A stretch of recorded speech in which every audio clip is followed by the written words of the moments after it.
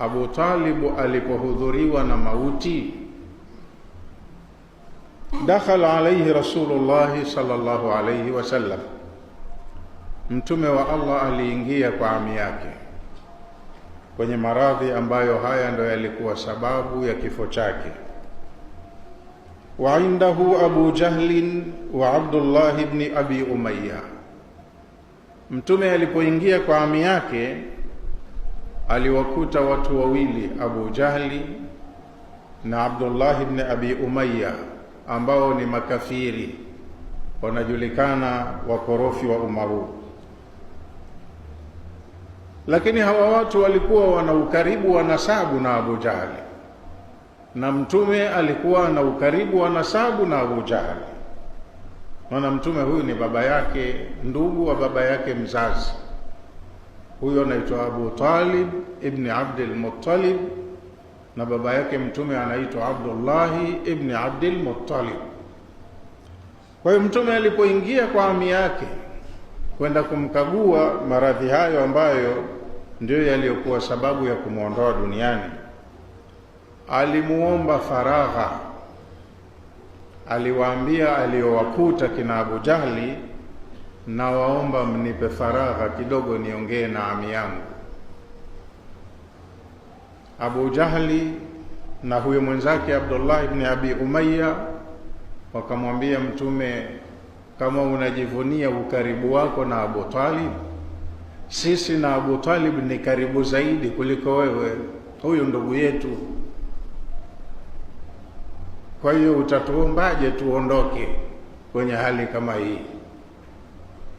Kama una lako la kumwambia, mwambie tu. Fakala, mtume akasema, maana yake akasema hivi, ammi, ewe ami yangu, qul la ilaha illa Allah, naomba useme la ilaha illa Allah. Maana kwenye hatua hiyo na tabia yako uliyokuwa nayo, historia yako, naomba useme la ilaha illa Allah.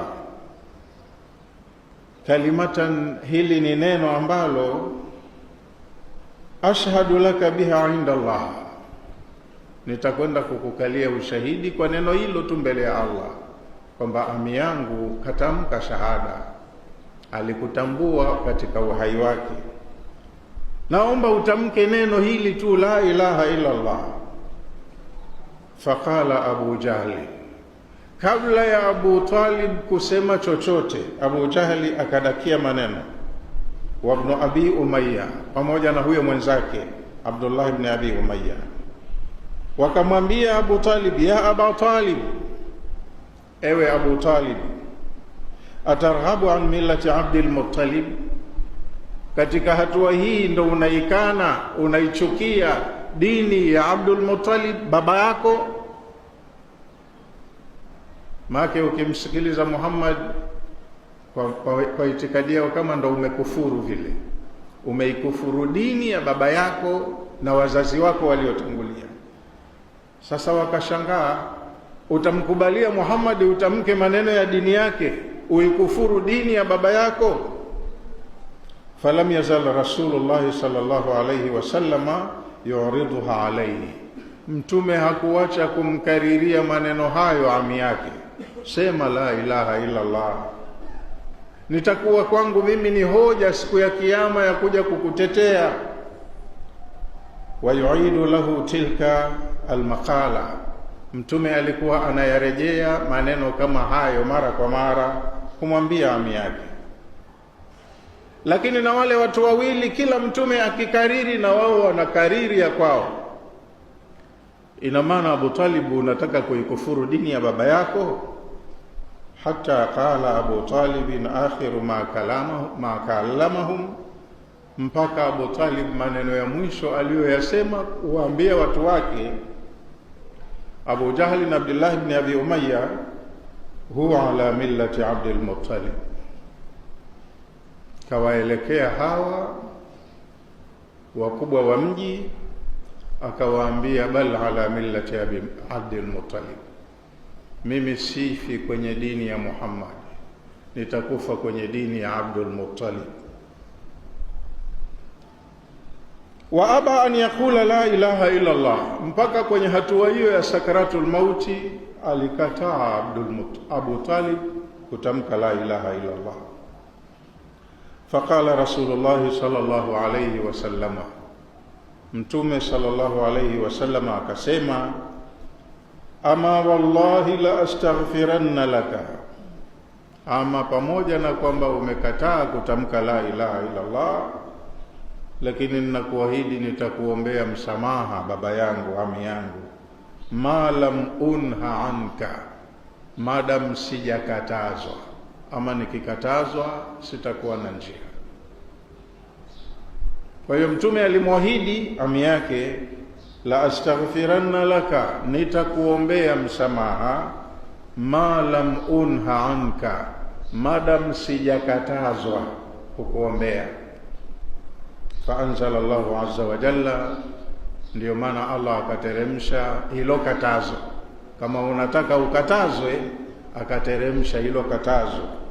Ma kana linnabii, haifai kuanzia mtume mwenyewe, walladhina amanu, na walioamini kumwamini huyo mtume, an yastaghfiru lilmushrikina, kuwaombea msamaha kwa Allah watu washirikina.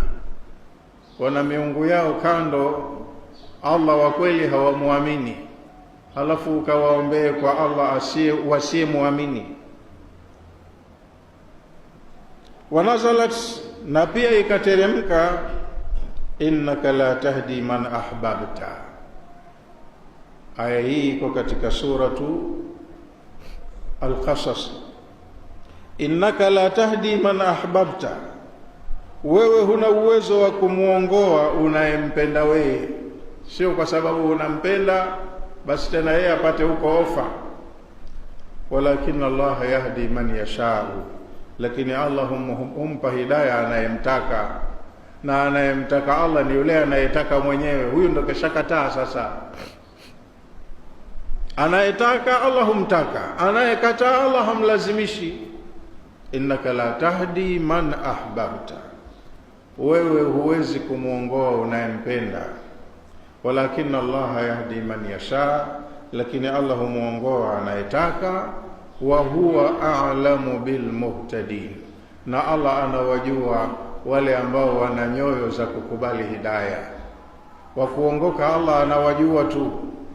Wanaweza kuwa wamezaliwa kwenye ukafiri huko, hawajasikia hata siku moja maneno ya tauhidi, lakini kwa sababu akili zao ziko salama, wakilinganiwa wanajua kutofautisha kati ya haki na batil, kweli na uongo.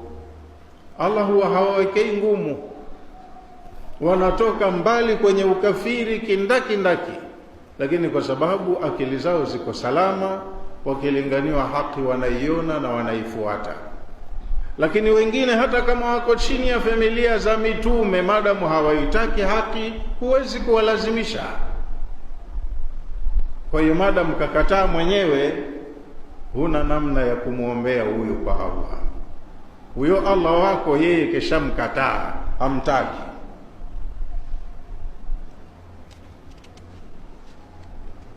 Ma kana linnabii, haimpasi mtume